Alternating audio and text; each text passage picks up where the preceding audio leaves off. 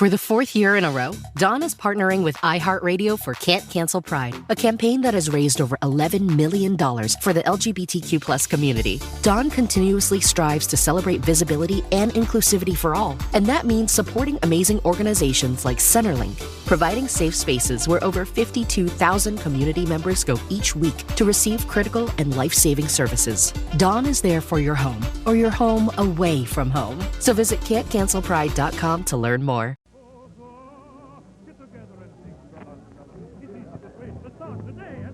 Good evening, everyone, and welcome to the weekly meeting of the oldest club of its kind on the air today, the MGM Radio Movie Club.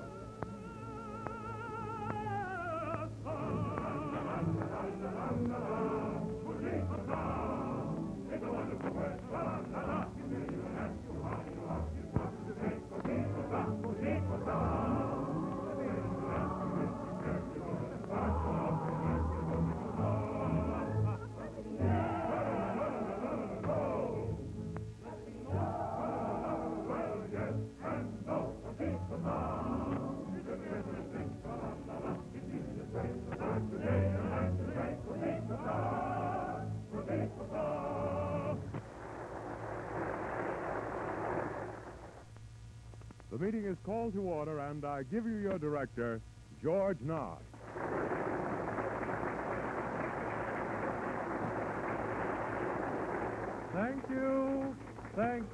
Thank you, and good evening, members and friends. I don't have to tell you what a pleasure it is to be with you all again and conduct on your behalf another session of the MGM Radio Movie Club. And first on the list of the minutes which are filled with everything guaranteed to make you feel happy that you're a member is the latest news of Hollywood, the latest happenings in the loves and lives of your screen favorites told by that well-known motion picture columnist and commentator, the personal friend of all the stars, Grady Harris. So, are you ready? Ready? Then lights, camera, action. Thank you, George, and hello, everybody. In raising the curtain tonight to give you the latest news of the London, Hollywood, and New York fronts, I hear that Lila Himes and her aging husband, Phil Berg, are thinking things over. When Mary Carlisle celebrated her 21st birthday in London last week, Jim Blakely phoned his congratulations from Hollywood. They spoke for about an hour, and now Jim is wondering how long he'll have to work to pay off the bill. Douglas Fairbanks, Jr., accompanied by his father, will plane in from the coast on Monday. Doug Sr. is still trying to persuade Doug Jr. to sail to China with him to play the lead in his production of Mrs. Marco Polo. But young Doug is due back in London next month to start his own production of Knights of the Round Table. It will be a case of Walter, Walter everywhere at the House of Morgan Monday night, on account of Walter Wolfe King, and Walter O'Keefe will be La Morgan's guest of honor. If the blessed event, anticipated by Hannah and Jack Dempsey in June, isn't a boy, his parents are going to be that disappointed. Add arrivals of the week: Freddie Bartholomew and his Aunt Sissy at the Warwick, Genevieve Tobin at the St. Regis, Ann Pennington at the Algonquin, the Sam Goldwins and the Clarence Browns at the Waldorf, and Frank Lawton, who has joined his wife Evelyn Lay at the Gotham. Colette Darville, Dean Taylor's French doll, is being screen-tested by every film company. Colette has already made a Spanish picture in Hollywood, a French picture in Spain, and an English picture in France. Now she's wondering if she ought to go to Ethiopia to make it one in Technicolor. Although Binny Barnes denies a rift in her marriage to Sam Joseph, that isn't preventing her from dancing cheek to cheek with Don Alvarado. Lily Poon sails on the Conte de Savoia next Saturday to sing 5 performances with the Monte Carlo Opera Company. She returns the middle of April to resume her broadcast here before reporting at the RKO studios this summer for further screen work. That tremendous crowd meeting the 20th century at Grand Central tomorrow morning will be on hand to mob Gary Cooper. Unfortunately for you and me, Gary's visit here will be a brief one. He leaves again Wednesday for a 2-month holiday in Bermuda. He'll be accompanied by Mrs. Cooper. But cheer up, girls. Robert Young is due back from London on the Aquitania, and perhaps he can be persuaded to linger a while. You see how excited I get when I talk about Robert Young. After watching Fred Astaire and Ginger Rogers in their new picture, Now Jamming the Music Hall, it seems to me a far more appropriate title would be Follow the Feet. And by the way, keep your eye on Harriet Hilliard, who makes a film debut in this one. She doesn't have to sing Get Thee Behind Me, Satan, to be tempted from a brilliant screen future. And now for my recommended preview of the week. Tonight it is a Gaumont British production, Rhodes, which has its New York premiere at the Roxy next Friday. Last summer in London, when Walter Houston told me the dramatic tale of this empire builder who had so much to do in so little time, he died, you know, at the age of 49, it sounded like a powerful story ideally suited to screen transcription. After seeing it this week, I still think it has power and moments of great emotional drama, but where I wept actual tears when Walter Houston outlined it for me over a lunch table, the screen version left me unmoved. Perhaps it's because the tempo is too slow, or the various incidents depicting Rhodes' struggle to realize his dream of a united South Africa are too episodic. And yet, handicaps are supervised by Walter's role and Oscar Hammerker, who plays the part of his enemy, Paul Kruger. This German actor is a brilliant artist, a combination of Charles Lawton and Amy. Gaumont British is to be congratulated for hallusive contrast. And now for the big scoop of the evening. Tonight I have two celebrated personalities as my guests of honor. Two people whose talent I admire and whose friendship I value so much, Johnny Green and Jack Whiting. A little later in the program, I'll be back to introduce them to you. Until then, on with the show, George. Thank you, lady.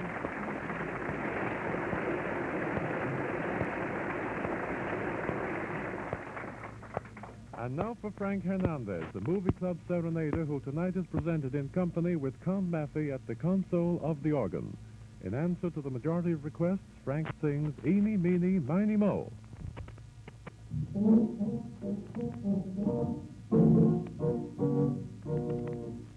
Eeny, meeny, miny, mo, catch trouble by the toe. If it hollers, let it go, let it fly away. Eeny, meeny, miny, mo, like saying high and low. Give it everywhere you go, any time of day. Big Ben rings it, Valley sings it, White Man swings it, even Mr. Crosby bings it. Eeny, meeny, miny, mo, catch trouble by the toe. If it hollers, let it go, let it fly away.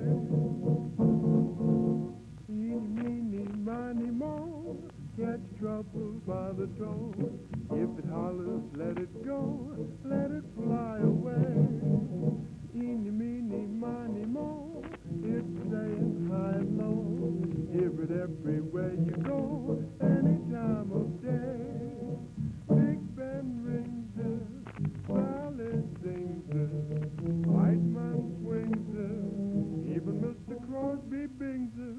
Eeny, meeny, miny, mo, catch your trouble by the toe. If it hollers, let it go, let it fly away.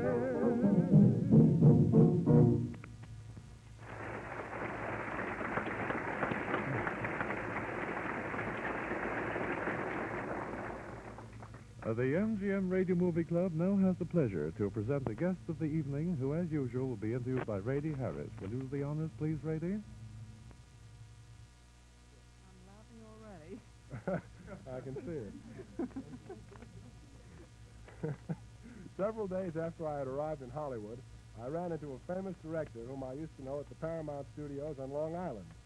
He greeted me cordially and asked me what I was doing these days. With a deadpan, I answered, "I'm selling Jell-O now." He looked at me sympathetically and said, "Gee, that's a shame, and a guy with your talent."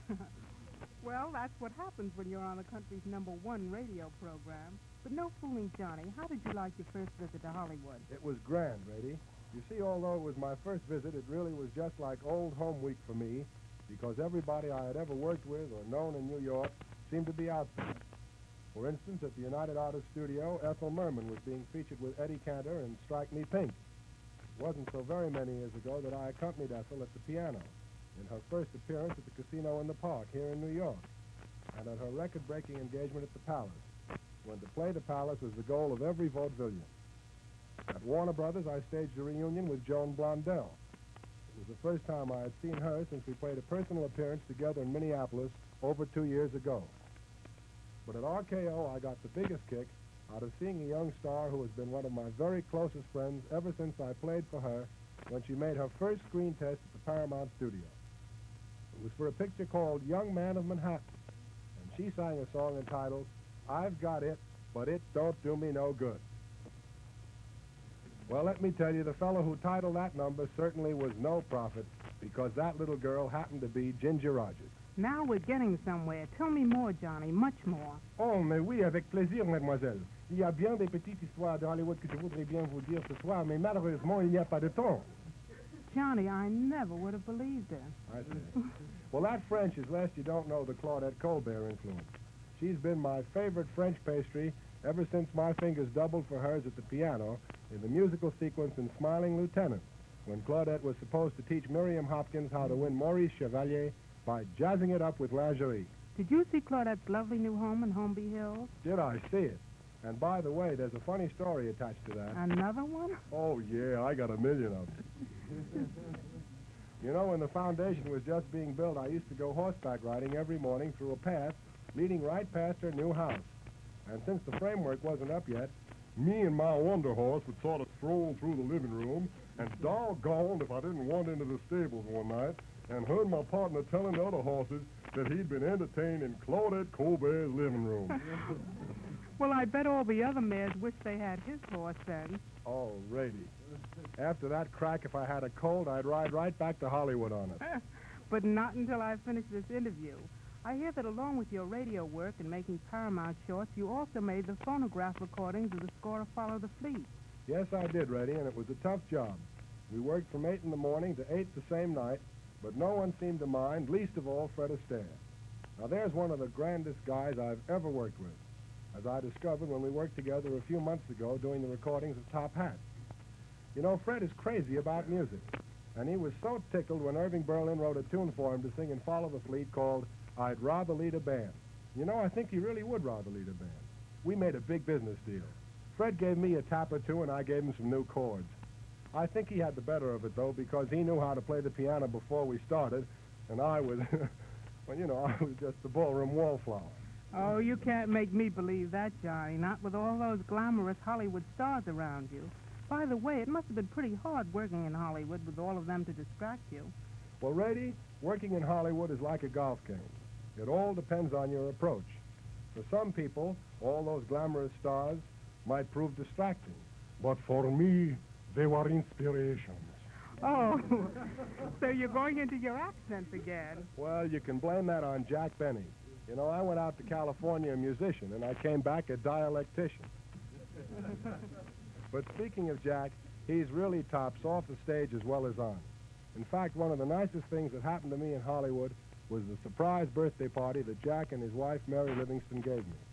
I honestly believed him when he called me to hurry over to his house for a conference. I think I had on a pair of overalls, but I rushed over immediately. I should have caught on when I saw the congestion of automobiles in front of his house. But I thought it was just some of Jack and Mary's fans, waiting outside for autographs. So I walked in, and about 100 people greeted me with, "Happy birthday to you." Was my face green? Ouch. And now, Rady, you have a delightful guest of honor to interview, Mr. Jack Whiting, so I think I'd better run along. Good night, folks. Wait a minute, Johnny. Haven't you forgotten something? No, I've got my hat and coat and gloves. I didn't forget anything. What about that? The piano? Oh, Rady, you're kidding. They wouldn't let me take that. At Children's Minnesota, we raise the standards for children's health. We raise them up with the most pediatric experts in Minnesota, performing life-changing operations from heart transplants to cancer treatments. We raise them up by providing care across 10 locations, treating the most kids in the entire region. And we'll continue to raise them up so every kid, including your kids, can reach their best health. Children's Minnesota, the kid experts. Oh, you're not supposed to take it, Johnny. All you have to do is to sit down, think of some of your own tunes, and play, John.